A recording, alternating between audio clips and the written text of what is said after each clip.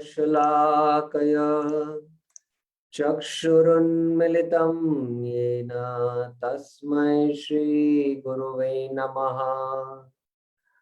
श्री चैतन्य मनोभीष्टं स्थापितं येन भूतले स्वयं रूप कदा मह्यं ददाति स्वपदान्तिकम्।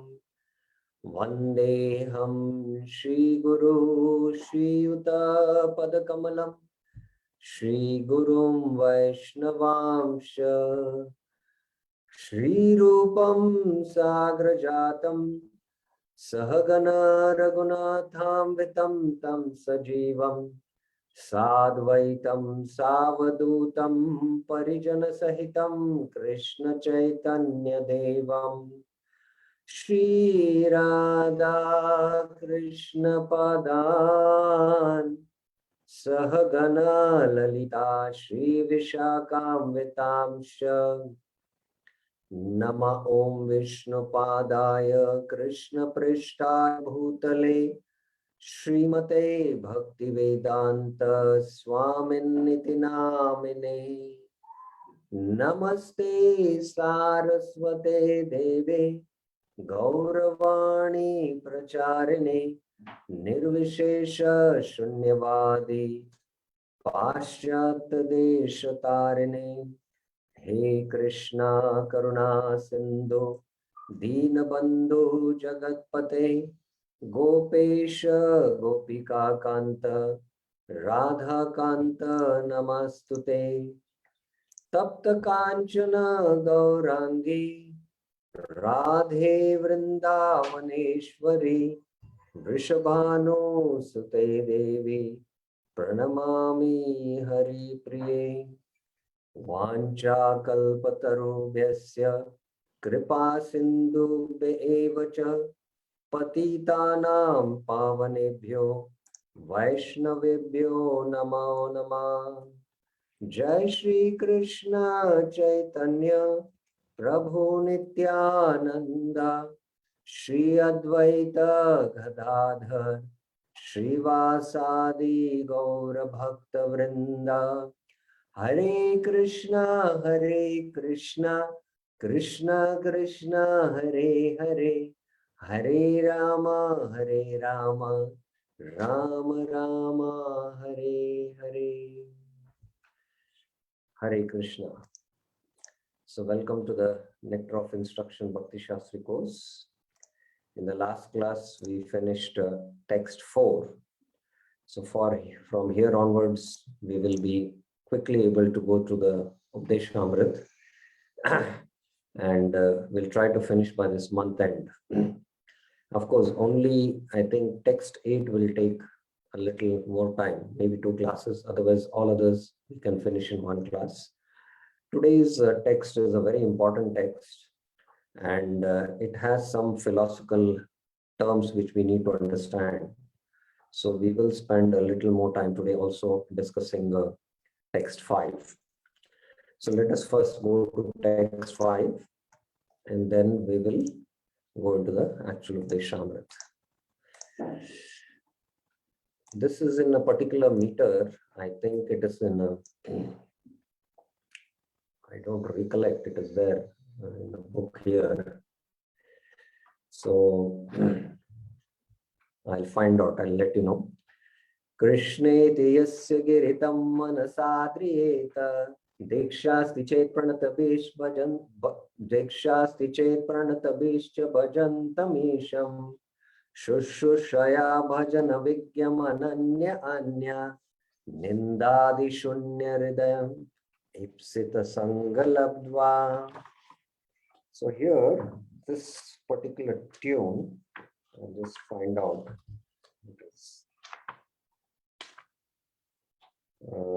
There are different chandas, if you are aware, in different meters they are sung. And Updeshamrit is very special because the Updeshamrit verses are in different chandas. So each verse has to be, at least we need to practice to chant in these different meters. So, yes. Vasant Tilaka meter. This is in Vasant Tilaka meter. The first verse, Vacho Vegam, that is Vacho Vegam Manasa Krodha Vegam. So that is in Anushtup meter. And even Atyahara Prayasa. Atyahara Prayasascha Prajalpo Niyamagraha. That is also in Anushtupa. Utsan is also same. Dadati is also same. But this fifth verse is in Vasant Tilaka meter. I suppose those, especially Matajis and parents, you have very easy method to learn all these chandas meters. Somehow engage your children in singing these shlokas in a particular meter. You yourself learn and teach it to your children, and you yourself will learn. So very easy method I'm telling here, how we can learn these meters. There are a few meters which we need to know for reciting Bhagavad Gita, Bhagavatam and these verses. So this is a very beautiful meter called as Vasantilaka. Krishne Diyasya Giritam Manasadriyeta Dhikshasti Chet Parnatabhischa Bhajantamisham Shushushya Bhajananya Anya Nindadishunyarидam Ipsita Sangalabdya. So this is the meter, how it goes. I'm not so good in chanting in these meters. I'm also learning. But some of the Updeshamrit recitations, if you go online, you can find out the meters and chant in those meters. So in this verse, Rup Goswami is mentioning about how a Madhyamadhikari respects the Kanishtas, the Madhyamas, and the Uttamas. One should mentally honor Manasa Adriyetat, the devotee who, Tam means the devotee, chants the holy name of Lord Krishna. Krishna iti, yasya giri. Giri means from his mouth, the names of Krishna come. He chants, he vibrates from his mouth the names of Krishna. So, anyone, be he a devotee who is a Hare Krishna devotee, or he's a common person, he just sees the Hare Krishnas, he's favorable to them, he says Hare Krishna. So one who takes the name of Krishna, it is the Madhyamadhikari's duty to respect him. And how he should honor him?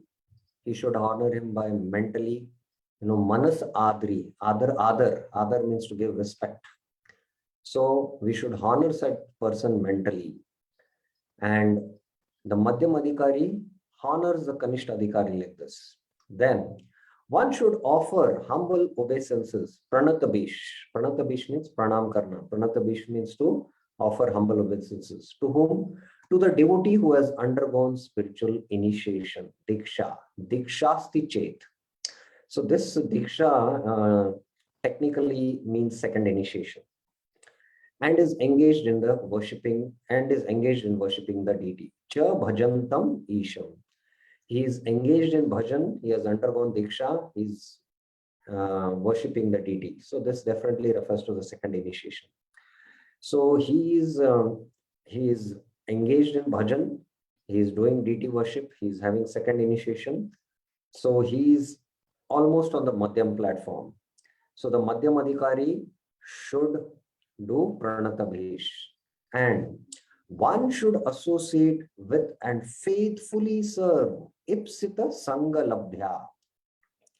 He should associate Sangalabhya, and Ipsita means very faithfully, very intimately serve that pure devotee who was advanced in undeviated devotional service.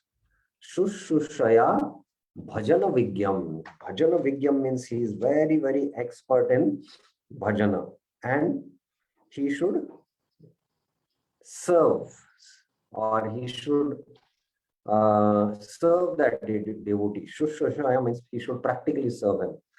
And he is Ananya.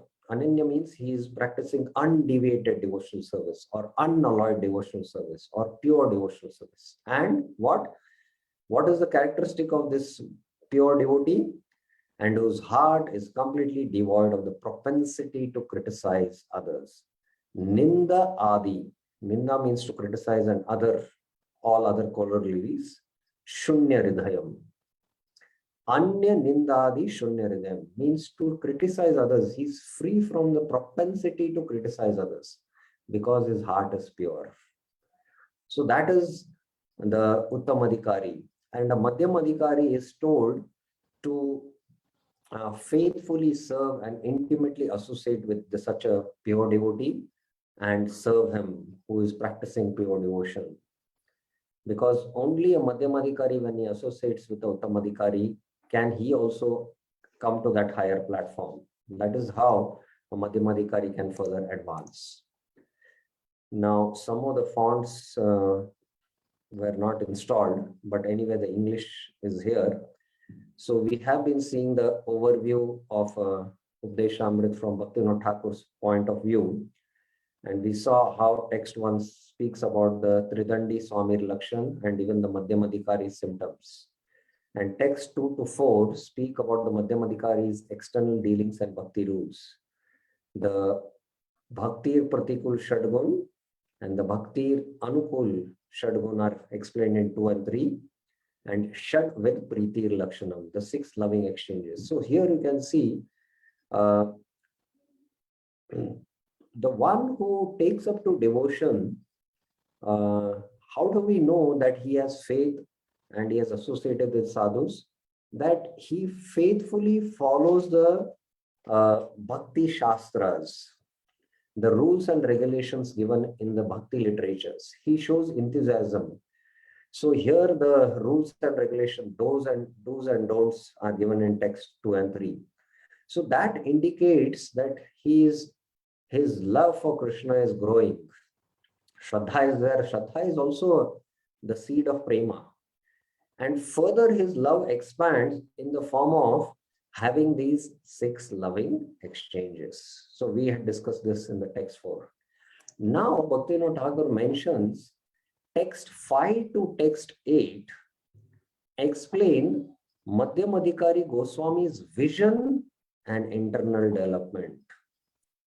So slowly, as Madhyamadhikari Goswami follows the external rules, bhakti rules, and does the external dealing, the external have the effect on the internal in the heart, and the internal heart gets purified, and the internal vision starts developing. And then this Madhyamadhikari Goswami can realize by his development of vision that all Vaishnavas are not at the same level. Somebody is a neophyte, somebody is an intermediate, somebody is a very advanced. So only a Madhyamadhikari can understand these 3 different levels of Vaishnavas and accordingly have loving reciprocations. Now, how does a Madhyamadhikari serve these 3 kinds of Vaishnavas is being discussed in text 5. Madhyamadhikari Trivid Vaishnav Sevan. How does a Madhyamadhikari, Trivid means these 3 kinds of Vaishnavas, how does he serve them? So in text 5, it is mentioned how does a Madhyamadhikari serve the 3 Adhikaris, the Kanishta, Madhyama and the Uttam. For the Kanishta who just take once the name of Krishna, he mentally honors them. To those who are expert in bhajan and who are engaged, who have taken initiation, he does what? Obeisances, pranatavesh. And to the Mahabhagavats, he wholeheartedly, intimately serves them. So only a Madhyamadhikari serves these 3 kinds of Vaishnavas. So that is what is being discussed in text 5. Now coming to the link or the connection between text 4 and text 5. Now, in the text 4 end of the purport, Prabhupada explained that the devotee who is neither a neophyte nor a Mahabhagavat, but is within the middle status of devotional, is expected to love the Supreme Personality Godhead, make friends with devotees, show favor to the ignorant, and reject the demonic. In this verse, there is a brief mention of the process of making loving transactions with the Supreme Personality Godhead and making friends with devotees. That is text 4. How one should have these 6 loving exchanges is being mentioned. Now Prabhupada says, in the next verse, that is text 5, Srila Rupa Goswami informs us what kind of Vaishnava should be selected as a friend and how Vaishnava should be served. So this is the connection to text 5. So a Madhyamadhikari will have also friends who are equal to him, where he has deep friendship. And he serves the Kanishta by preaching to them. And he very intimately serves the Mahabhagavats, the Uttamadhikaris, by associating with them and following their instructions and serving them intimately. So how the Madhyamadhikari makes friends and how he should serve is being explained in text 5. So this was the verse, the Madhyamadhikari verse, which we have seen. Ishvaruta Dadineshu, Ishvareta Dadineshu, Balisheshu, Dushatsu Cha, Prema Maitri Kripopeksha, Yaha Karoti Sa Madhyama. The Madhyama is who? Ishwar. He offers his prema. Tad Adineshu, that is his devotees, he has friendship, Maitri. And those who are innocent, Balisheshu, he shows kripa.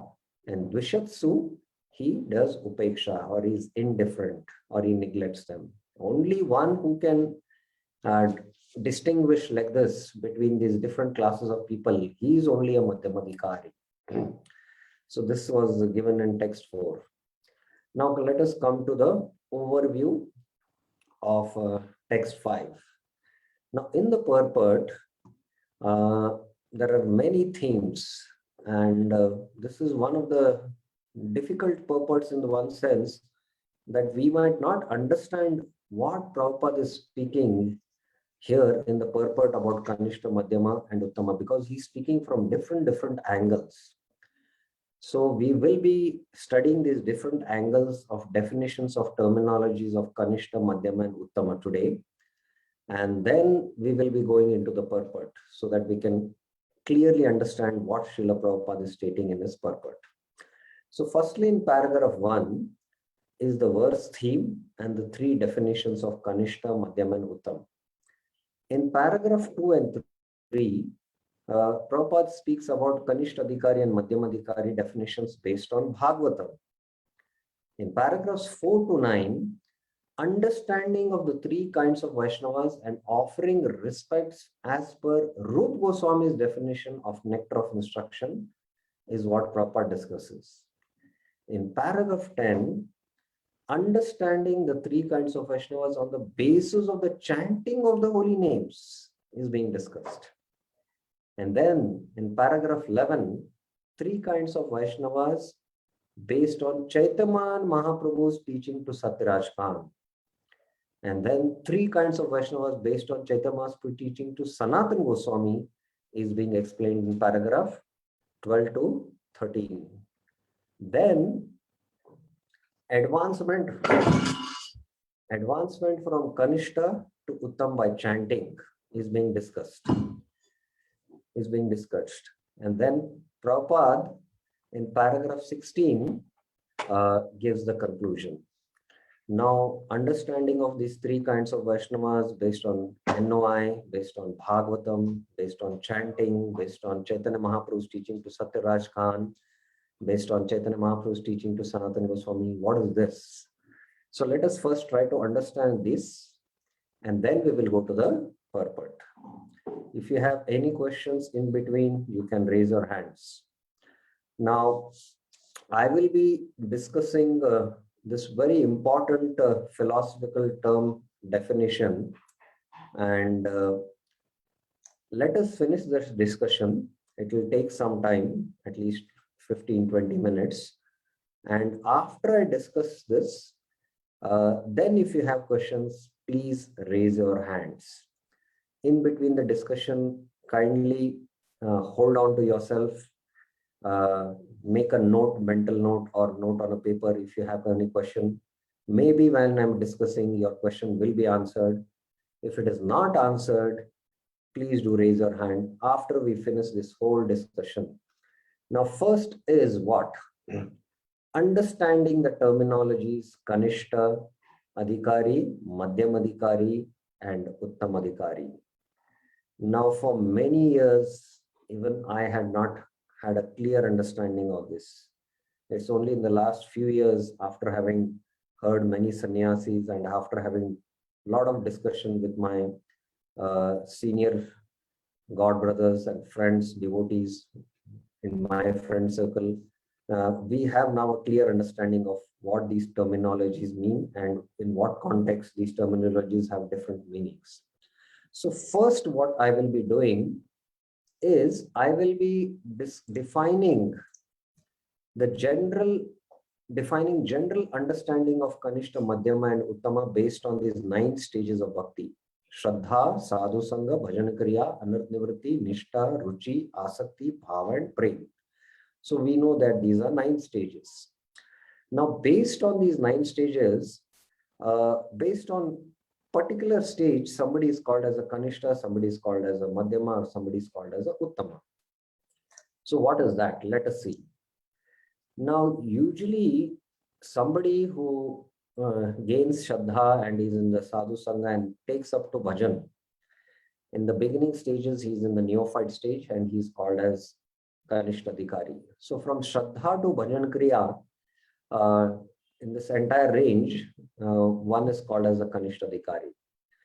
Now, in fact, even Bhajan Kriya also, higher stages of Bhajan Kriya there is the fine transition, but we cannot go into that fine transition. But from Bhajan, Anarth Nivritti, from Anarth Nivritti till Asakti is the level of Madhyamadhikari. This is Madhyamadhikari. And Bhava and Prema, they are called as Uttamadhikari.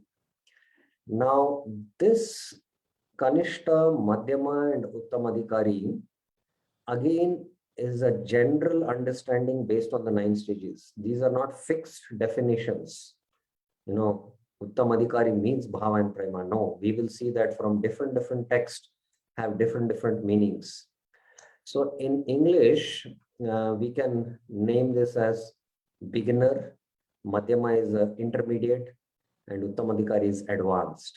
So beginner, intermediate, advanced. So this is how we define Kanishta, Madhyama, and Uttama based on the 9 stages of bhakti. Now, apart from this, there is something called as the Kanishta Madhyama. That means he's somewhere in between the Kanishta stage and the beginning stage of Madhyamadhikari. So that is between the stages of Bhajan Kriya and Anarth Nivritti. Because Bhajan Kriya is a very long stage. It has long sub-stages also. And we will not go into that, but there are sub-stages even in the Bhajan Kriya. So somebody who is practicing Bhajan, he might be also a little more advanced. And somebody who's practicing Bhajan many years, but he's not so advanced. He still is a Kanishta.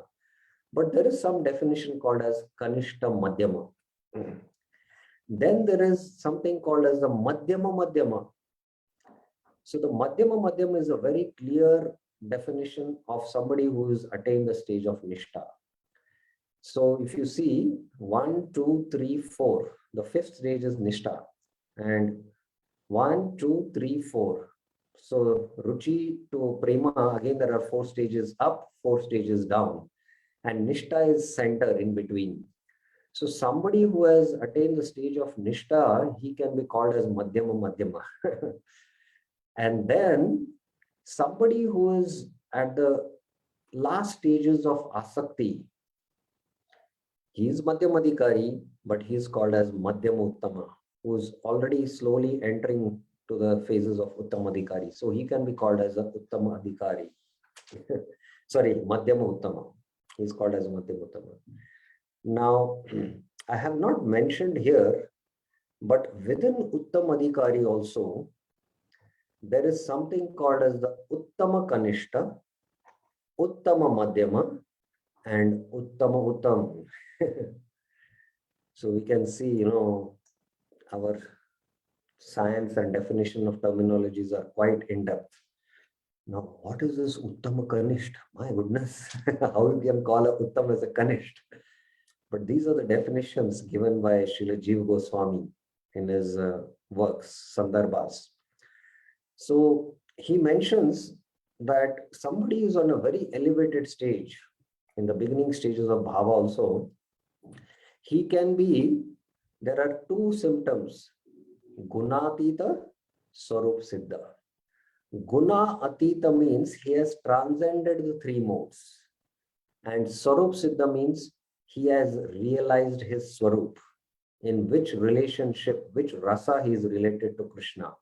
Whether Dasya Ras, Sakya Ras, Vatsalya Ras, or Madhurya Ras, his Swarupa is revealed. So Swarup Siddha and Gunatita. So he says, somebody who is not Gunatita and Swarup Siddha, he is a Uttama Kanishta. And somebody who is either Gunatita or either he is Swarup Siddha, but not both, he says he is Uttama Madhyama. And somebody who is Swarup Siddha as well as Gunatita, he is Adhikari.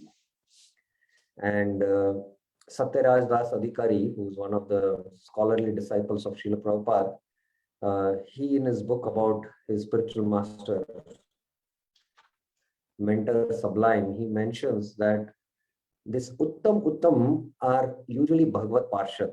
They are the eternal liberated souls of who are coming from the spiritual world. And they are very, very rare. Such spiritual masters very rarely descend in this material world. So Srila Prabhupada is in that category of Uttam, who is Gunatita and Swarup Siddha also. So even in this Adhikari, these can be Uttama Kanishta, Uttama Madhyama, and Uttam. So and he gives a very interesting analogy to understand. He says the Uttama Kanishta is one whose both his legs are in the material world, but his eyes are fixed on the spiritual world. And the Uttama Madhyama, he says that one leg is in the material world, other leg is in the spiritual world, because he's either Swarup Siddha or Gunatita. And Uttama, he says both his legs are in the spiritual world. He's completely situated in the spiritual world. He's just here present in the material world, but he's actually in the spiritual world. So like this, these definitions. So Kanishta, Uttama and Madhyama, their meanings will change based on the context. So that was the first thing which I wanted to tell you. These are not some fixed definitions. Now, having understood this general understanding of Kanishta, Madhyama, and Uttama, now let us come to these different definitions of Kanishta, Madhyama, Uttama based on different acharyas who have mentioned in their books. Now, in the Bhakti Rasamrita Sindhu, Rupa Goswami uses Kanishta, Madhyama, Adhikari terms, but there his usage is quite different. After defining sadhana bhakti, then Rupa Goswami defines Vaidhi sadhana bhakti. And who are qualified to take up Vaidhi sadhana bhakti? He says there are three types of persons qualified for Vaidhi sadhana bhakti, the Uttama, Madhyama, and Kanishta. And then he goes on to describe who is the Uttamadhikari. He says, Shastre yukto cha nipuna sarvata drida nishchaya Praudha Shraddha Adhikariya Sabhakto Uttamo Mata. The person who is skillful in scripture and logic. Shastra Yukta Cha Nipuna. Nipun means expert. Shastra Yukti, in logic of Shastra. Completely firm in his beliefs. Sarvata Drida Nishchaya. And then with deep faith. Praudha Shraddha. Praudha Shraddha means mature faith. Adhikariya is considered qualified as Uttama in Vaidhi Bhakti. Sa Bhakto Uttama Mata. So here, when Rup Goswami is using this definition in the Bhakti Rasamrita Sindhu as a who is Uttamadhikari, he is mentioning in terms of qualification to practice bhakti. Just like in the IIT, we have to crack the IIT exam, and many lakhs of students, write the exam, and maybe the ranking for say IIT Bombay is that you should be only within 1 to 1000th rank, then you can enter into IIT Bombay. So somebody scores the 10th rank, and there is another one who has scored 500th rank, and there is another one who has scored 900th rank. All three are qualified to enter IIT. But still, although all three of these students are entering IIT, there is difference in their level of intelligence. The person who has scored the first rank or the 10th rank, he is highly intellectual, and he can maybe hear the subject from the professor and immediately understand, and he may be able to explain to others. So similarly, there is a Uttamadhikari who comes into practice of Vaidhi Sadhana Bhakti in the association of sadhus, and moment he comes, he hears the classes, he is able to understand the subject, and not only that, he is able to preach it to others and explain it to others and make others devotees. Now this is also very rare that somebody is at this level while entry. At entry, usually everyone is at the level of Kanishta, but he might immediately, within few months or a year or so, he might come to the level of Uttama, and very quickly, maybe after 1 year or 2 years, he might start giving Bhagavad Saptas, Bhagavad classes. Very rare are such souls, but this is his qualification. He is Shastri Yukta Nipuna, and he has got proud Shraddha, and is very firm in his Dhrida Nishchaya. So this is the Adhikari, Uttamadhikari, who is qualified to take up sadhana bhakti. Now he defines Madhyamadhikari, person qualified for Vaidhi sadhana bhakti, Bhakti Rasamrita Sindhu, Madhyamadhikari. He defines Yaha Shastradishu Anipuna Shraddhavan Satu Madhyama. The person who is not fully conversant with scriptures like the Uttamadhikari, Yaha Shastra Adishu Anipuna. He is not Nipuna like the Uttamadhikari, but he is Anipuna, but has firm conviction in them, to Shraddhavan. He is not just having Shraddha, he is Shraddhavan. He is possessing a lot of faith, is known as a Madhyamadhikari. That is the definition of a Madhyamadhikari. Now, Rup Goswami, or I think Jeev Goswami in his commentary says, in this verse, Shastradishu Anipuna means he is not as conversant with the scriptures as the Uttamadhikari. This means that when a strong challenger presents his points, he cannot establish the correct conclusions according to Shastra. So when a strong person argues, he is not able to defeat him in his arguments based on Siddhanta of Shastras, because he's still not conclusively understood the Shastras. He's not Nipun as the Uttamadhikari. But although he is not able to defeat the other person, but he has got faith in the Shastras. Shraddhavan means he is still firmly convinced in his mind of the scriptural conclusions. So that is the meaning of Shraddhavan. So this, I was giving that IIT example, somebody who has scored 550th rank, he is qualified to enter IIT Bombay and take up his engineering course. And he's also sitting with his friend who has scored the first rank or the 10th rank.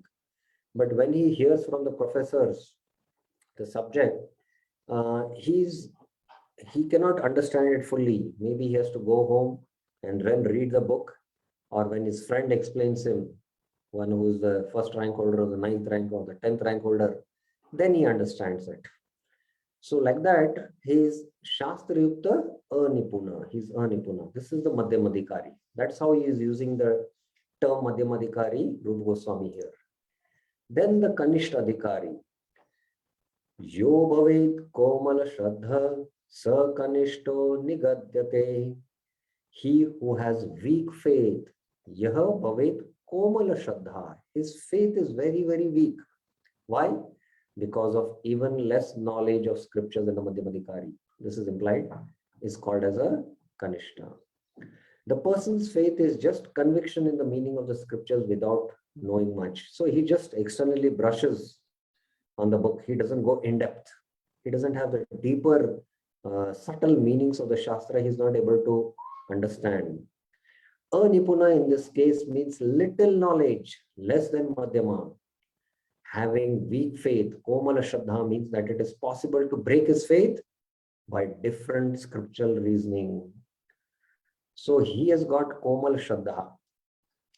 So his Shraddha is like a banana tree. You have all seen a banana tree. You can easily shake the banana tree and it will fall. But Adhikari, whose faith is compared to proud Shraddha, now his faith is like a banyan tree. Have you ever tried to shake a banyan tree? You cannot shake him. So this person has taken up to devotion because he has some faith, but his knowledge and conviction in the scriptures is not strong. And that is why somebody else, his relatives come and tell, oh, what is this devotion you're doing? He might stop practicing for some time. Or, this is a true story of one devotee, Mataji in the Western countries. She had gone for book distribution and she was preaching to someone to distribute, to buy Prabhupada books. But the other person who was expert in logic, he started preaching to the Mataji and ultimately converted her, and she went and joined another organization. So it can happen because of Komal Shraddha. So usually their Shraddha is very Komal and their faith in spiritual practice gets shaken up. And then they might, stop practicing for some time, and then again the Madhyamadhikari has to preach. And again he has to be more in association of devotees, then his Shraddha will slowly go. So this is the definition what Rupa Goswami uses for this Kanishta Adhikari, Madhyamadhikari and Uttamadhikari in the Bhakti Rasamrita Sindhu. Now let us go to Upadesh Amrit. Now in the Upadesh Amrit also there are these three Adhikaris, Kanishta, Madhyama, Uttama. Now here Rupa Goswami in Upadesh Amrit, he has a complete different explanation of who is the Kanishta, Madhyama and Uttama. Because he's saying that a Madhyamadhikari should honor anyone who takes the name of Krishna. Actually, anyone who takes the name of Krishna, according to Chaitanya Mahaprabhu, he is a Vaishnava and one should respect him. So although he might not be following the four regulative principles, he's not regularly coming to the temple, but he has some faith and he takes the name of Krishna. And anyone he sees Hare Krishna devotees, he says Hare Krishna. He is actually a Kanishta Adhikari. According to Rupa Goswami's definition, he is a Kanishta Adhikari because he is taking the name of Krishna. So this is prior to Shraddha. So by taking the name of Krishna, this person ultimately will attain lot of spiritual credits, which is called as Adhyat Sukriti. And maybe one day or after a few years or in the next life, he might come in the association of devotees, take up spiritual practice. So before awakening of Shraddha, he is still called as a Kanishta Adhikari. So that is according to Rupa Goswami in Nectar of Instruction. And a Madhyamadhikari is anywhere between Anartha-nivritti to Asakti. This fits in the general definition which we saw. And the Uttamadhikari is Bhava to Prema, because Nindadi Shunya, Hridaya, Ipsita Sangalapla, it is mentioned. So that is Bhava to Prema. So this is again fitting according to the general definition of Uttamadhikari. But the Kanishta Adhikari, you see, it is prior to Shraddha till a long range till Anartha-nivritti. So that's how he uses the terms Kanishta, Madhyama and Uttama. Now, let us come to the three Adhikaris according to Srimad Bhagavatam. Uttamadhikari. Now, this is Bhagavat definition of Uttamadhikari from the Bhagavad perspective. Sarva bhuteshu yah pashet bhagavat bhavamatmana bhutani bhagavati atmanya esha bhagavatottama. The most advanced devotee, Bhagavatottama, sees within everything. Sarva bhuteshu yah pashet, the soul of all souls, Atmana, the Supreme Personality of Godhead Sri Krishna, Bhagavat Bhavam. Consequently, he sees systematically everything in relationship to the Supreme Lord and understands that everything that exists is eternally situated within the Lord. Bhutani Bhagavat Atmani. So the Uttamadhikari definition according to Bhagavat is that because he has this pure vision, he sees Sarva Bhuteshu Iha Pashet. He sees, according to spiritual vision, that in every living being is the Lord, the soul of all souls, Krishna, Bhagavat Bhavam. So he sees that all living beings are situated within the Lord. So in that sense, he sees that all living beings are Vaishnavas. That's why he cannot preach, because he thinks everyone is a devotee, everyone is a Vaishnava, because everyone is being situated in the, in everyone, Lord is situated, everyone, all the living beings are situated in the Lord. So that is his vision of the Uttamadhikari. So this is definitely the stages of Bhava and Prema, the Uttamadhikari definition according to Bhagavatam. Now the Madhyamadhikari, which we saw, is, I will not read the verse because we have referred it in the beginning, is anywhere between Nishta to Prema. And why it is Nishta to Prema, I will explain when I go to the chart later on. The Kanishta Adhikari here, Archayam eva hare pujamya shaddaye heta shaddaya hetaye natad bhakteshu channeshu sabhakta prakrita smrita. A devotee, Yah Bhakta, who faithfully engages Shraddhaya Yate in the worship of the deity in the temple. Hareye Archayam Eva Pujam. So he is doing deity worship, means that is he is second initiated. He is not first initiated, because first initiated cannot do deity worship. So he is duly second initiated. He is being given mantra diksha by which he is able to do deity worship. But his vision is what? I and the deity, and he has no relationship with others. He does not properly behave towards other devotees. Na tad bhakteshu, or people in general, na anneshu, is called as a prakrita bhakta, a materialistic devotee. Sir prakrita smrita is to be considered to be in the lowest position. So this meaning is implied. So here, according to Bhagavatam, the Kanishta Adhikari is at the stage of Anarth Nivritti. Now his vision, the Kanishta Adhikari vision, is that I and my deity. But the Madhyamadhikari, his vision expands. I love the deity and I love the devotees who are also dear to the Lord. And the innocent, I show my mercy. That is how he expresses love. And to the envious, he avoids them. That is also his manifestation of love. So his love has expanded in one sense, the Madhyamadhikaris. But the Kanishta Adhikari's love or vision is very narrow. I and my deity. And that's why he doesn't treat the other devotees or behave nicely or treat people in general nicely. That is why he's called as a Prakrita. Now this is the Bhagavatam definitions of Kanishta, Madhyama and Uttama. Now let us come to Chaitanya Charitamrita. In the Chaitanya Charitamrita, this is the classification of three Adhikaris according to Sanatan Shiksha. Now here, Sanatan Shiksha and Bhakti Rasamrita Sindhu are parallels, because ultimately Chaitanya Mahaprabhu gave the Bhakti Rasamrita teaching both to Rupa and Sanatan Goswami.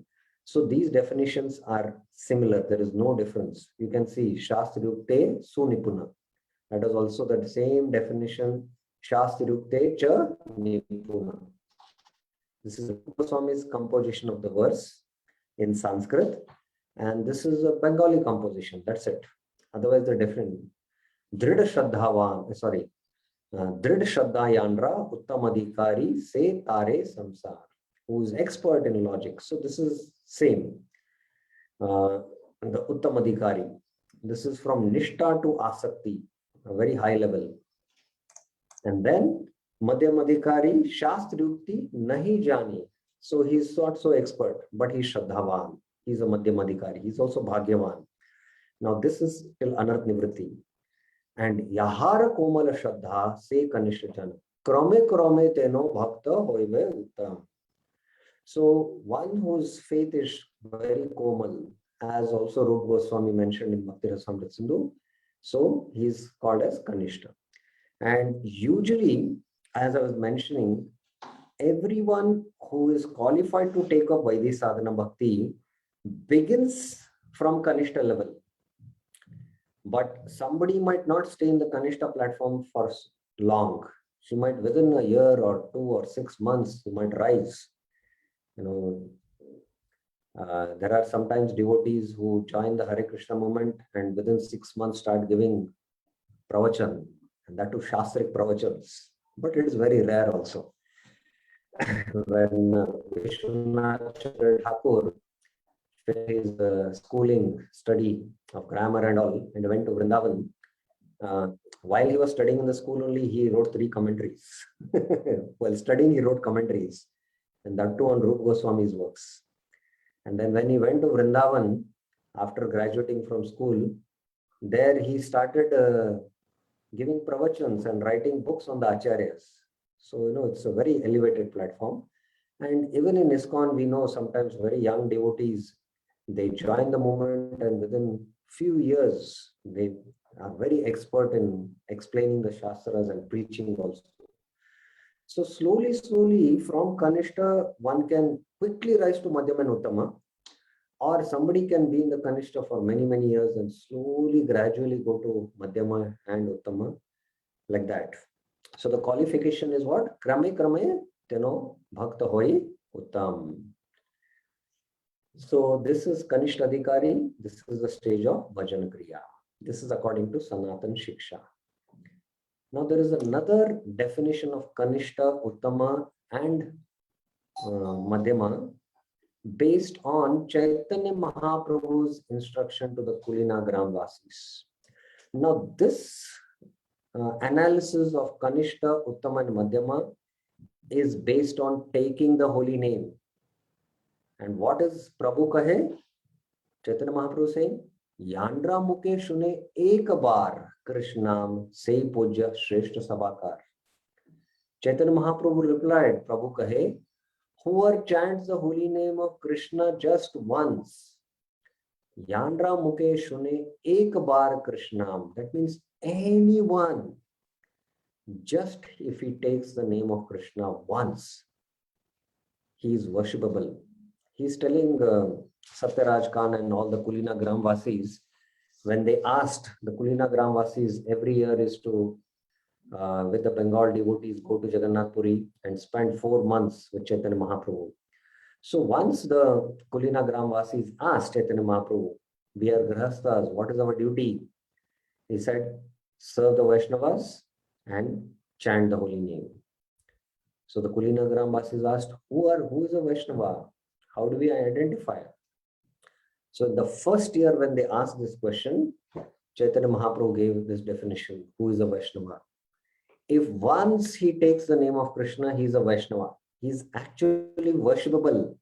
Say puja and Shreshta Sabhakar. Shreshta Sabhakar means he is the best among all the other human beings. He is the topmost among all human beings because he is taking the name of Krishna. So this is how we should also have knowledge and understanding about who is a Vaishnava. Anyone who takes the name of Krishna once, he is actually a Vaishnava. Be whatever it is, his background. But just if he's taking the name of Krishna, he is the Vaishnava. So this is again prior to Shraddha, because he's still not become a devotee, he's not in the association of devotees, and he's taken up to practice. So even prior to Shraddha also, he is called as a Kanishta Adhikari. And who is a Madhyamadhikari? So in the next year, when the Kulana Gramvasis came, they asked again the same question. We are Grihasthas. What is our duty? He said, serve Vaishnavas and chant the holy name. Who are Vaishnavas? So that time Mahaprabhu gave this definition. Krishna Nama Nirantar Yahara Vadane Sei Vaishnava Shresht Bhaje Tahara Charane. A person who is always chanting the holy name of the Lord. Krishna Nirantar Yahar Vadane. So here now he gave a higher definition of who is Vaishnava. One who is addicted to chanting, one who is always having his beads and chanting, is to be considered a first-class Vaishnava. Say Vaishnava Shresht, and your duty is to serve his lotus feet. Bhaje Tahara Charan. So he told the Kulina Gramvasis that you should serve such a Vaishnava. Now here we can see the Madhyamadhikari from Nishta to Prema. Now in the third year, again the Kulina Gramvasis asked, what is our duty as Grahasthas? Chaitanya Mahaprabhu repeated the same answer. Serve the Vaishnavas and chant the holy name. Satyarajan asked, who is a Vaishnava? Now this time, Mahaprabhu gave a different definition of a Vaishnava. Yahara darshane mukhe ase Krishna nam tahare jani tumi Vaishnava pradhan. A first-class Vaishnava, tahara jani tumi Vaishnava pradhan, is he whose very presence makes others chant the holy names. Yahara darshana mukhe asi Krishna nam. That means he is like a touchstone. He is a chintamani. Anyone who sees him, he attains pious credits, and from his mouth the name of Krishna comes. That is, means he is able to transform others into Vaishnavas. He is a Uttamadhikari, Mahabhagavat on the stage of Prema. So this is the definition of Uttamadhikari which Chaitanya Mahaprabhu gave to the Kulina Gram Vasis. Now we discussed these definitions or these terms, Kanishta, Uttama, Madhyama, based on Bhakti Rasamrit Sindhu, Upadeshamrit, Bhagavatam, Chaitanya Charitamrit in Sanatan Shiksha, and Kulina Gram Vasis. Now here everything I have put in the chart. Please try to understand this chart. Now, according to Bhakti Rasamrit Sindhu definition, Uttamadhikari is somewhere in Anarth Nivritti to Asakti. Here also it is Anarth Nivritti to Asakti. He is more on the Nishta platform in one sense. In fact, we can actually say it is Nishta because proud Shraddha is mentioned. He is somewhere in the stage of Nishta to Asakti. And you can see the Madhyamadhikari is on the platform of Anarth Nivritti. He is on the platform of Anarth Nivritti.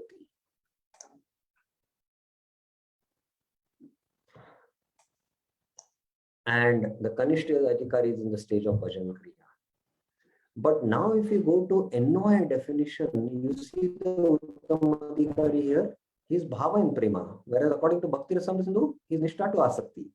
So you can see these definitions, Uttama, Kanishta and Madhyama, are not fixed. Based on which angle, whether from Bhakti Rasamrita Sindhu angle or NOI angle or from Bhagavatam angle, from which angle you are seeing, based on that, their levels among the 9 stages will vary. So in the NOI definition, the Uttamadhikari is from Bhava to Prema, Madhyamadhikari is Anarth Nivritti to Asakti, and the Kanishta Adhikari here is Bhajan Kriya because he is qualified to take up Vaidhi Sadhana Bhakti. But according to NOI, it is prior to Shraddha to anywhere up till Anarth Nivritti. Now the Srimad Bhagavatam definition is again, Uttama is Bhava to Prema. The Madhyama is Nishta to Prema. Now one question comes up, why Nishta to Prema range? Because Mahabhagavat, who is a Uttamadhikari, he cannot preach because he sees everyone as devotee. So sometimes a Mahabhagavat from the Uttamadhikari level might come down to the Madhyama stage, Madhyama level, and preach, because only a Madhyamadhikari can preach. So in that sense, it is Prema to Nishta. There might be another devotee who has been Kanishta and slowly has graduated to Madhyama, and he is also Madhyamadhikari, he is also preaching. But there is a lot of difference between his preaching and a Mahabhagavat who has come down from the Uttama platform to the Madhyama platform. So that is why the range is between Nishta to Prema. And the Kanishta here is Anartha because he is doing deity worship, but he doesn't relate to the devotees properly. Now the Sanatan Shiksha and Bhakti Rasamrita Sindhu is parallel. That's why you can see it is same. And the Kulina Grambasi and the NOI is again parallel. They are same. It's only Prema. You can say Bhava and Prema also. And again, this is same, Nishta to Prema. And then prior to Shraddha. So that is how we can see this Uttama Adhikari, Madhyamadhikari, and Kanishta Adhikari have different meanings based on different text of the Bhakti Rasamrita Sindhu or Bhagavatam. Now, not only that, they have different applications. Now, the Bhakti Rasamrita Sindhu definition, the classification is done based on faith and Shastric logic. Shastriyukta Nipuna, Shraddha, Prauda Shraddha. So it is based on the classification basis is this. And the application is candidates who are entering the Bhakti school. Those who are having Adhikari to practice Vaidhi Sadhana Bhakti. The NOI definition, the classification basis is based on respect and loving exchanges, because text 4 spoke about loving exchanges, how we should respect Vaishnavas, how we should have loving exchanges with Vaishnavas. And the application is how a Madhyamadhikari deals with the Vaishnavas and people in general. The Bhagavatam definition is based on vision. How the Kanishta's vision is very narrow. He and his deity, that's it. And the Madhyama's vision is a little broader, and the Uttama's vision is the broadest. So the vision of 3 kinds of Vaishnavas in Vaishnava society. So that is the Bhagavatam. The Sanatana Shiksha is same as the Bhakti Rasamrita Sindhu, and the Chaitanya Mahaprabhu's definition is based on a Nam Seva and serving the Vaishnavas, based on how they take the name. Of course, NOI is also name because Krishneti Yasadiritam, but it is also based on respect. And here the application is Grahastas, who are Madhyamadhikari Vaishnavas, dealing and serving Vaishnavas and people in general. So the application is different. So that's how we understand these terminologies: Kanishta, Adhikari, Madhyamadhikari, and Uttam Adhikari. So now, if you have any questions, you can raise your hand before we go into the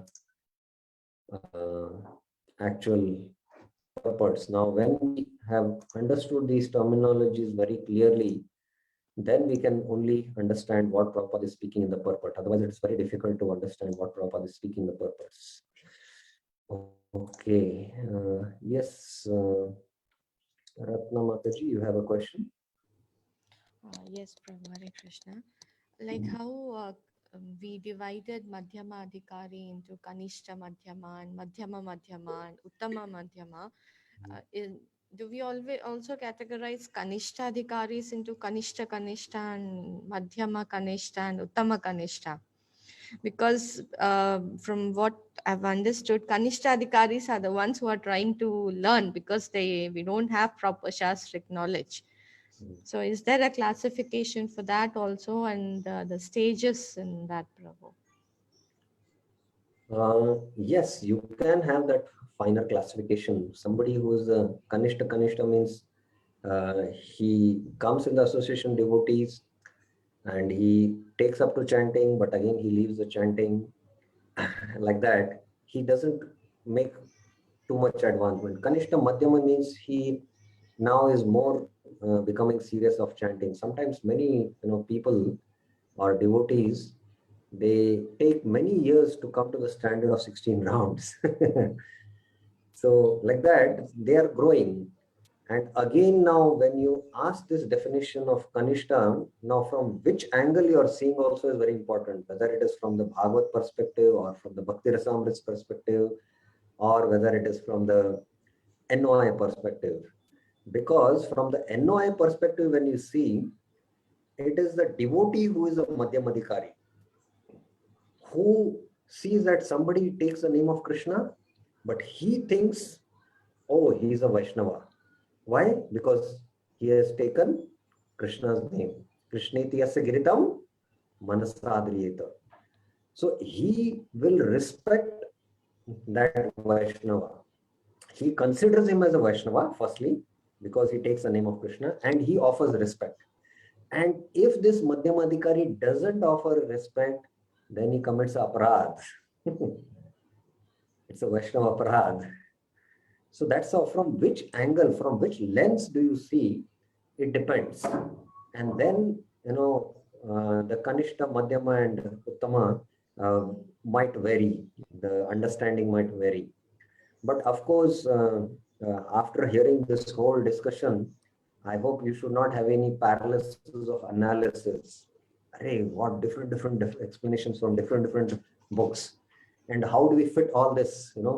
Sometimes devotees ask me, after we have gone through this series, we feel, when we see Vaishnavas, should I see him from Bhakti Rasamrit Sindhu perspective, or should I see him from NOI perspective? So like that, it's not like that. It is natural and spontaneous, and it is, when you have this knowledge, it comes out naturally and spontaneously. And I give the example of the camera lens. Now nobody uses a camera. Everyone uses their mobile and smartphones. But before, we had camera with many zoom lenses, concentric lenses are there. So the more the concentric lenses are there, the more powerful is the focus. Similarly, all these different classifications, they fit like concentric lens. And there is no difference in the vision. There's no breakup in the vision internally for us. So we can understand when we meet outsiders and they say Hare Krishna, we should offer respects and we should inspire them to take up to devotion. So we are now following Rupa Goswami's definition of NOI or Chaitanya Mahaprabhu's explanation. And within the Vaishnava devotees, many are doing deity worship, but they don't behave properly. So we might call him as a Kanishta, neophyte. Again, now from the Bhagavad perspective. So this happens naturally and spontaneously when we have the clear knowledge of these different definitions of Adhikaris from these different books. Is it clear, Mataji? Yes, Prabhu. One more question I wanted to ask is, why is everything being taken from the point of view of a Madhyamadhikari? Okay, interesting question. Because it is only the Madhyamadhikari who can distinguish who is a Kanishta, who is a Madhyama, and who is a Uttamya. A Kanishta Adhikari cannot distinguish between a Vaishnava and non-Vaishnava. That's why he doesn't associate with Vaishnavas. He doesn't. That's why he doesn't deal with them properly. He doesn't make friendship with the Vaishnavas, a Kanishta. He says, I and my deity. That's it. So the Kanishta cannot make this discrimination and distinguishing. But that's according to Srimad Bhagavatam, na Prabhu. According to NOI, if we see, one who chants and who does bhajan kriya will do it in the association of devotees. Yeah, the Bhagavatam Madhyama and the NOI Madhyamadhikari, there, if you see, they usually coincide. Madhyama is a very general platform, and they will definitely coincide. You see the Madhyamadhikari, all are almost in the stage between Anarth Nivritti to Asakti or Prema. So this is a very broad range. The Madhyamadhikari range is a very broad range, starting from all the way to Anarth Nivritti up till Asakti. It is a very, very long stage. So that is how the Madhyamadhikari is. But from different angles, when you see, that time you will have to be very specific about it, from which angle you see. That is important for us. So only the Madhyama can distinguish who is a Kanishta and who is a Uttama. That's why the Madhyama, he to the Kanishta gives knowledge. We defined, what is Goya Makyate Prichati. An experienced devotee speaks and an inexperienced devotee hears. So he is quite experienced, Madhyamadhikari, and he preaches to the Kanishtas, gives knowledge to them. And the Madhyamadhikari can recognize who's a Uttamadhikari, Mahabhagavat, and he takes his association. Whereas a Kanishta cannot make this distinction, and a Uttamadhikari also cannot make distinction because he sees everyone as Vaishnavas. So it's only from the Madhyama point this has been discussed. I hope this is clear. Yes, Prabhu. Thank you, Prabhu. Okay. Yes, Poonam Mataji has a question.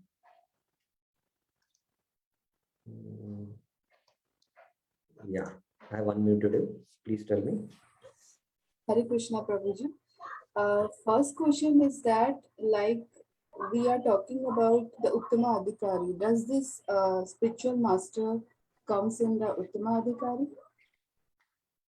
Yes, the spiritual master comes in the platform of the Uttamadhikari. Now, again, Uttamadhikari will mean here who's on the stage of Bhava and Prema. And Prabhupada will make it very clear in the last paragraph of Updeshamrita in this text only, that one should take initiation from Uttamadhikari. That time he makes it very clear who's on the very elevated Mahabhagavat platform. So that, when you study the purport, everything will become clear. But this whole discussion, what you had, if you have to have a clear knowledge about it, then only you can understand the purport of Srila Prabhupada. Yes, definitely he comes in the stage of Bhava and Prema. Interestingly, if you see, in the Bhakti Rasamrita Sindhu, there is also the Uttamadhikari, but he is entering the Bhakti school, right? But he is quite intelligent because of his previous study of Shastra and previous life practice of Bhakti. Prabhupada says, one who is very expert in studying of scriptures, later on will go to become a spiritual master, he says. So now you can see very clearly Prabhupada makes the distinction that he's a Uttamadhikari from Bhakti Rasamrita Sindhu point of view, but later on he'll become a Uttamadhikari based on Bhagavad perspective. That is, he'll attain the stage of Bhava and Prema. So that's why there is difference between the Uttamadhikari from Bhagavad perspective and from the Bhakti Rasamrita Sindhu perspective. I hope it is clear. Prabhuji, yes, just simple way I wanted to know. The second thing is this Madhyama Adhikari. Are these all we devotees who are attending the classes? We come in the Madhyama Adhikari, isn't it? Well, this is meant for our self-analysis, and please go through Updeshamrita text 5, and then we need to understand where we stand. Of course, when we study especially Madhurya Kadamani, Vishwanath Chakra Thakur gives the symptoms of each of these stages. Each of the stages of Shraddha, Sadhu Sangha, especially Bhajan Kriya. In Bhajan Kriya, there are 6 stages, and you can identify yourself also in which stage you are in Bhajan Kriya also. And then he gives the symptoms of one who has attained Nishta.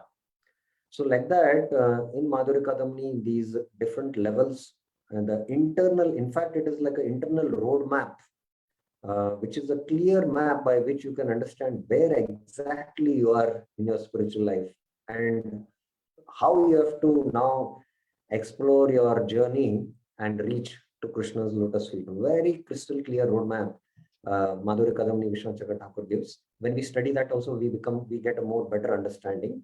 But there is some general understanding of who is a Madhyama, and there is a deeper understanding also. So all that understanding we should have. Okay. There is another question. Yes, Poonam Mataji, you have another question? Prabhuji, you talked about the Anartha, Nivritti and Asakti. What is the meaning of that? Okay. Anarthas means unwanted things, which has no value, artha. So the anarthas are in the form of lust, anger, greed, pride, envy, illusion, duplicity, puja, la, pratishtha, name, fame, and adoration. These are the unwanted desires or the desire for bhukti and mukti, enjoyment and liberation. These are unwanted desires which are there in the heart. So by practicing sadhana bhakti, pure devotion, and engaging in pure devotion, what happens is our desires get purified and slowly these anarthas are destroyed.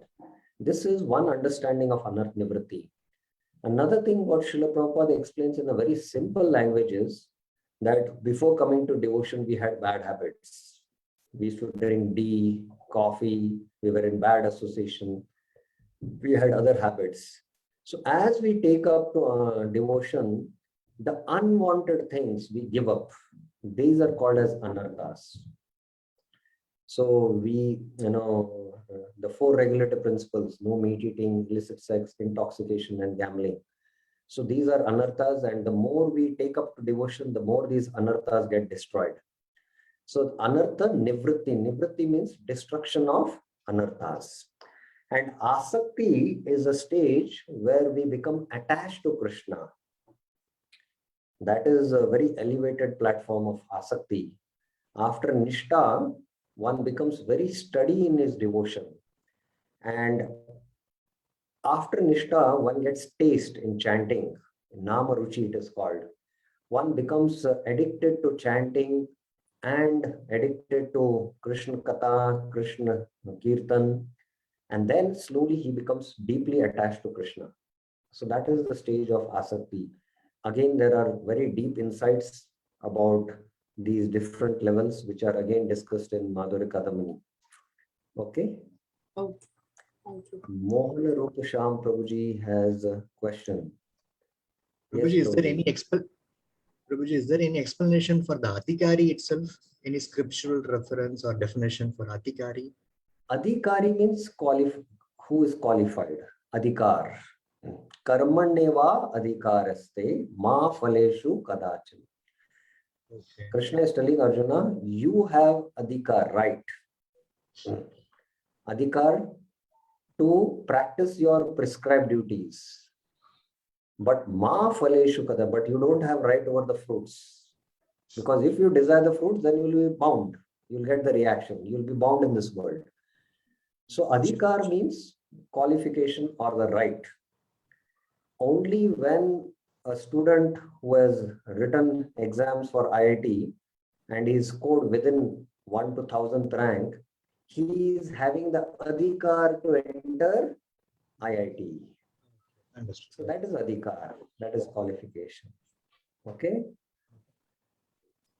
Are there any other questions? Now you will have to very clearly understand these definitions which we have discussed, Uttama, Kanishta, Madhyama. Now, rest of the purport is very clear. When I start reading, you will understand, and I'll start asking you questions now. What is being discussed in this purport? So I'll be asking you all questions. So you will have to answer. So better get these things cleared now.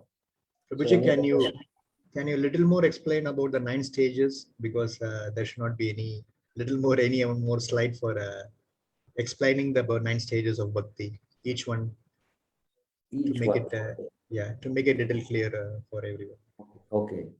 Prabhupada will make it clear in the 7th verse of Updeshamrit, but since you want a little more explanation, the first stage is called as the shade of Shraddha, where because of Agyata Sukriti. Agyata Sukriti means unknown pious spiritual credits, that is Bhakti credits. We might have served a sadhu, we might have attended some temple darshan, ISKCON temple darshan, and we had Krishna Prasad.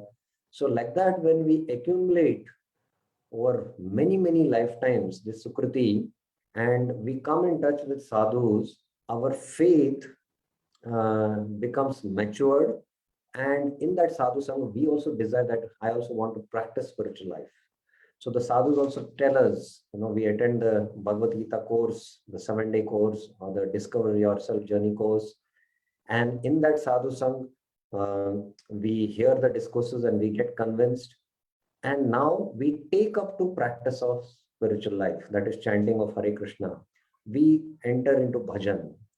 This stage is called as bhajan kriya. Now, as we practice bhajan, the unwanted things are destroyed. It happens with the beginning of bhajan, starting of when taking up to chanting of Hare Krishna. So that stage is called as anarth nivritti.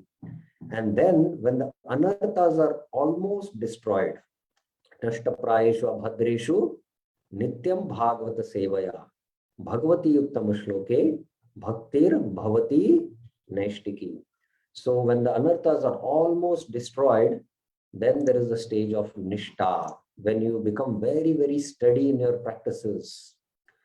Then you get a lot of spiritual taste for spiritual activities. You become deeply attached to the Lord, to the deities, to devotional practices. That is the stage of asakti. In bhava, one's swarupa is revealed. What is his relationship with Krishna? That rasa is also revealed at the stage of bhava. And bhava is just like the bud. And just like you have seen the flower bud comes out and the next day the flower fully blossoms. So very soon, the bud of bhava will fructify into Krishna Prema. This is the 9 stages. Bhakti Rasamrita Sindhu quite briefly discusses these 9 stages, but of course it doesn't analyze these 9 stages quite in depth. It is only Madhurya Kadamani, which is a long work of Srila Vishwanath Chakravarti Thakur, which analyzes in depth all these different stages, which is a quite elaborate subject matter. So if you happen to attend some seminars on Madhurya Kadamani, then you will get a quite in-depth understanding of these 9 stages. Bhakti Rasamrita Sindhu just defines these 9 stages and gives a lot of hint. And when we study Bhakti Rasamrita Sindhu, we will be going into quite a lot in detail also there. Any other questions, clarifications you have? Okay, any questions here? Okay, there is one more question. Yes, Mataji. Sorry, Prabhu, it will be a repetition again. Adhikaris, when you classified them, you said they know their rupa, and one more thing you mentioned, I didn't understand that, Prabhu. Gunatita Swarup Siddha. Yes, Gunatita Prabhu. means they have transcended the 3 modes. Guna means the 3 modes. Atita means they have transcended. So Gunatita and Swarup Siddha. Swarup Siddha means they have realized their spiritual identity, not just as a soul, but the soul's spiritual rasa with Krishna. In fact, at the stage of Nishta, one is a self-realized soul. One realizes that he is not his body, he is a spirit soul. And in the Bhagavad Gita, where in the Bhagavad Gita, the symptoms of a self-realized soul are mentioned. Does anyone know? Second chapter. Yes. The second chapter from verses 2.55 to 2.72, the symptoms of a self-realized soul are there. So all these symptoms are manifested in the stage of Nishta. At the stage of Nishta, one is a self-realized soul. But he has that identity that I'm not his body, I'm a spirit soul. But what is the soul's swarupa in relationship to Krishna, that gradually develops with further bhajan at the stage of ruchi asakti. At the stage of bhava, his rasa is revealed by Krishna to him. So that is Swarup Siddha. Prabhupada, right in the beginning of Bhagavad Gita introduction essay, he mentions about this stage of Swarup Siddha. Okay. So now you are all ready now. Let us now go to the actual text of Updeshamrit. Paragraph 1. Now, paragraph 1 and 2, maybe we can, and in tomorrow's class, we will finish the discussion completely. So let us see what paragraph 1 deals with. Verse theme and the 3 definitions in paragraph 1 is mentioned. So let us see what is the verse theme. In order to intelligently apply, Prabhupada is saying intelligently apply what? The 6-fold loving reciprocations mentioned in the previous verse. That is text 4. One must select proper persons with careful discrimination. See Prabhupada's wordings. One should be intelligent to recognize who is a Kanishta, who is a Madhyama, who is a Uttama. And based on that, he should have loving reciprocations accordingly. So this is very, very important for us to understand. Srila Rupa Goswami therefore advises that we should meet with the Vaishnavas in an appropriate way according to their particular status. In this verse, he tells us how to deal with the three types of devotees: Kanishta Adhikari, Madhyamadhikari, Uttamadhikari.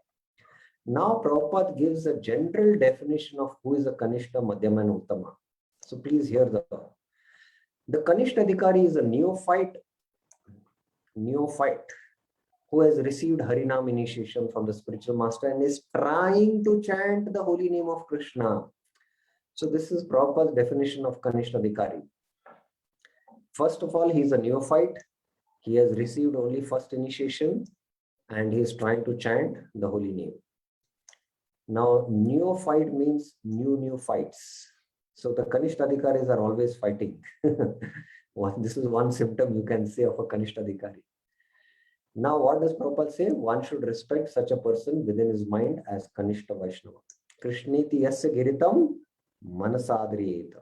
Then, a Madhyamadhikari has received spiritual initiation from the spiritual master and has been fully engaged by him in the transcendental loving service of the Lord. So when Prabhupada says spiritual initiation, he is referring to Diksha, or the second initiation, or the Mantra Diksha, which is called. The Madhyamadhikari should be considered to be the midway in devotional service. Now Prabhupada defines the Uttamadhikari. The Uttamadhikari, or the highest devotee, is one who is very advanced in devotional service. And Uttamadhikari is not interested in blaspheming others. His heart is completely clean. And he has attained the realized state of unalloyed Krishna consciousness. So Prabhupada is practically paraphrasing Nindadi Shunya Ridham Ipsita Sangalabda. And he is what? Bhajana Vigya Ananya. And Anya Nindadi, he doesn't criticize others. So this is a sign of a Uttamadhikari. Now, in paragraph 2 and 3, Prabhupada defines Kanishta Adhikari and Uttamadhikari based on Bhagavatam. So since we have already gone in depth and understood this, I will not once again take. Only thing I'll read. One should not remain a Kanishta Adhikari, one who is situated on the lowest platform of devotional service and interested only in worshipping the deity in the temple. And then Prabhupada explains now from the Bhagavad definition of a Kanishta Adhikari. And then Prabhupada says one therefore has to raise himself from the position of the Kanishta to the position of Madhyama. And then Prabhupada defines who is a Madhyama. So Prabhupada in paragraphs 2 and 3 defines Kanishta Adhikari and Madhyamadhikari from the Bhagavad definition of who is a Kanishta and Madhyama. This point should be noted first. Now, after defining who is a Madhyama, and Prabhupada emphatically stating that one should not remain in the Kanishta and come to the platform Madhyama, then in this paragraph, that is the next paragraph, the next theme is what? Understanding the three kinds of Vaishnavas and offering respect as per Rupa Goswami's definition of NOI. Now, I mentioned that only a Madhyamadhikari gives respect to others. The Kanishta, he and the deity, he doesn't respect Vaishnavas, he doesn't make friends with Vaishnavas. So that's why, he commits aparadh always. That's why he's a Kanishta. So how a Madhyama offers respect to all these different categories of Vaishnavas, that discussion begins from 4 to 9. But I will take only one paragraph today. So here you will have to answer. Now please hear very attentively. After defining Madhyama, he says, this is the way to cultivate devotional service properly. Therefore, in this verse, Srila Rupa Goswami has advised us how to treat various devotees. We can see from practical experience that there are different types of Vaishnavas. The Prakrit Sahajas generally chant the Hare Krishna Maha Mantra, yet they are attached to women, money, and intoxication. Although such persons may chant the holy name of the Lord, they are not properly purified. Such people should be respected within one's mind. but their association should be avoided. So this is the first thing what Prabhupada is saying, that there are various devotees at various levels and we should treat them. So Prabhupada is speaking about the Prakrit Sajias. Those who are innocent but simply carried away by bad association should be shown favor if they are eager to receive proper instruction from pure devotees. But those neophyte devotees who are actually initiated by the bona fide spiritual master and are seriously engaged in carrying out the orders of spiritual master should be offered respectful obeisances. So now my question to all of you is, how many types of Kanishta Vaishnavas are mentioned in this paragraph, and who is that Vaishnava who treats these different kinds of Vaishnavas? How does he treat these different kinds of Vaishnavas? Please hear my question very carefully. How many kinds of Kanishta, Prakrita Vaishnavas or Kanishta Adhikaris, how many kinds are mentioned in this paragraph, very paragraph? And who is the one who treats these different kinds of Vaishnavas, and how does he treat them? Please think carefully before you answer. And I can leave the book here. You can try. Oh, there is only one hand raised. What about others? There are many whom I see who don't ask questions and who don't much participate. So I only have to, do something about it. So okay, there are our devotees here that I will leave them now. There is one Mataji, Santana Lakshmi Mataji. I would like to know whether she is following the discussion. Are you there, Mataji?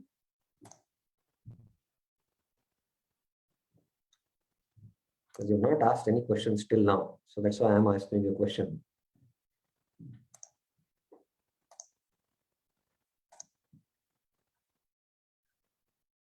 Okay. What about anyone else? I would like to. Surya Kunda Prabhuji, are you there?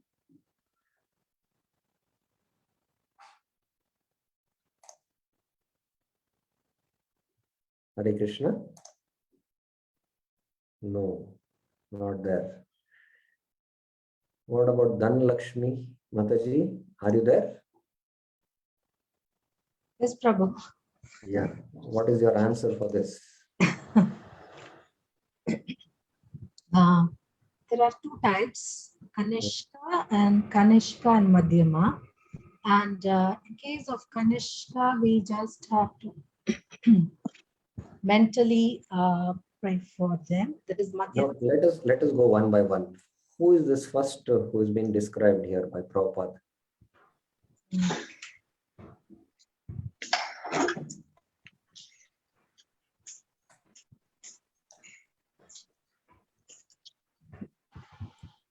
It is difficult, I understand, because for many years it was also not clear to me. So I definitely understand first time when we are reading. Okay, let us hear from Ratna Mataji. Ratna Mataji, yes, what is your answer? Hare Krishna Prabhu. There are three types of Kanishta which are mentioned. Yes, One category is those who chant but who are attached to all the wrong things, and they should be avoided. What is the term used here?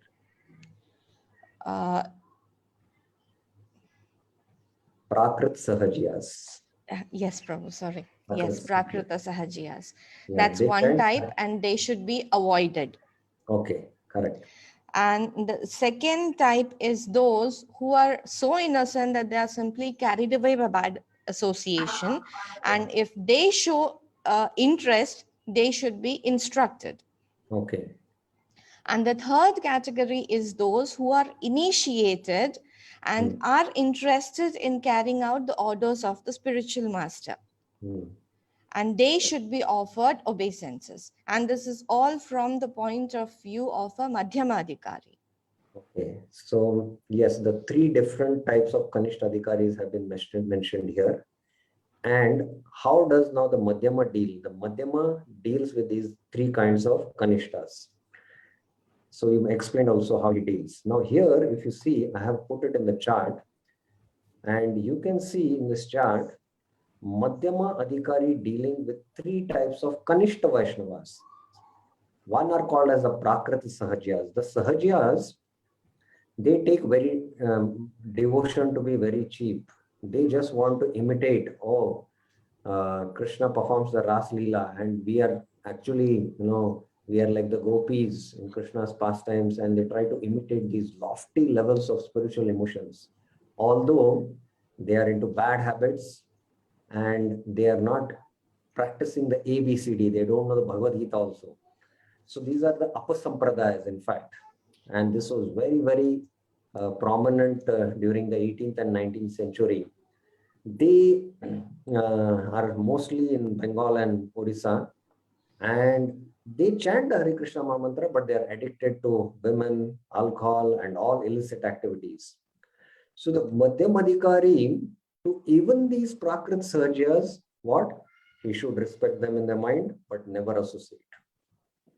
The innocent, he should show favor if they are eager to receive instruction. That means he should preach. And within the association of devotees, those who have come now in devotion, they are neophytes.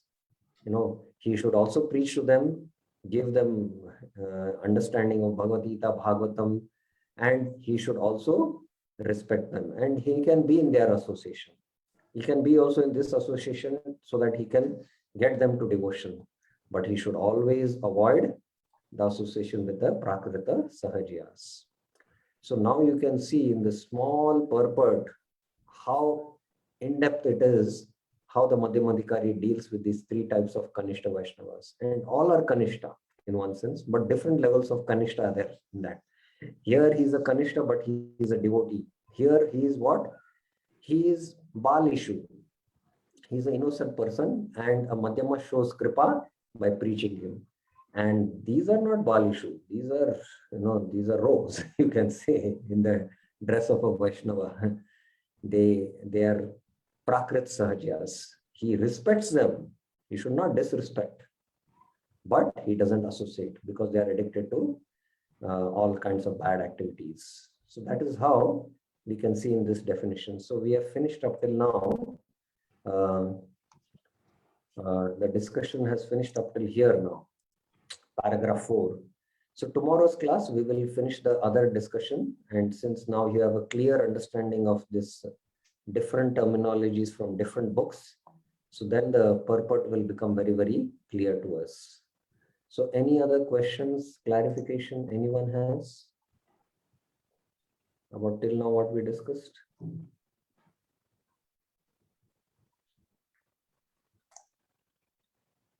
Okay then, so we will stop here. Srila Prabhupada ki jai, Srila Rupa Goswami Pad ki jai, Shri Upadesha Amrit ki jai. Hare Krishna.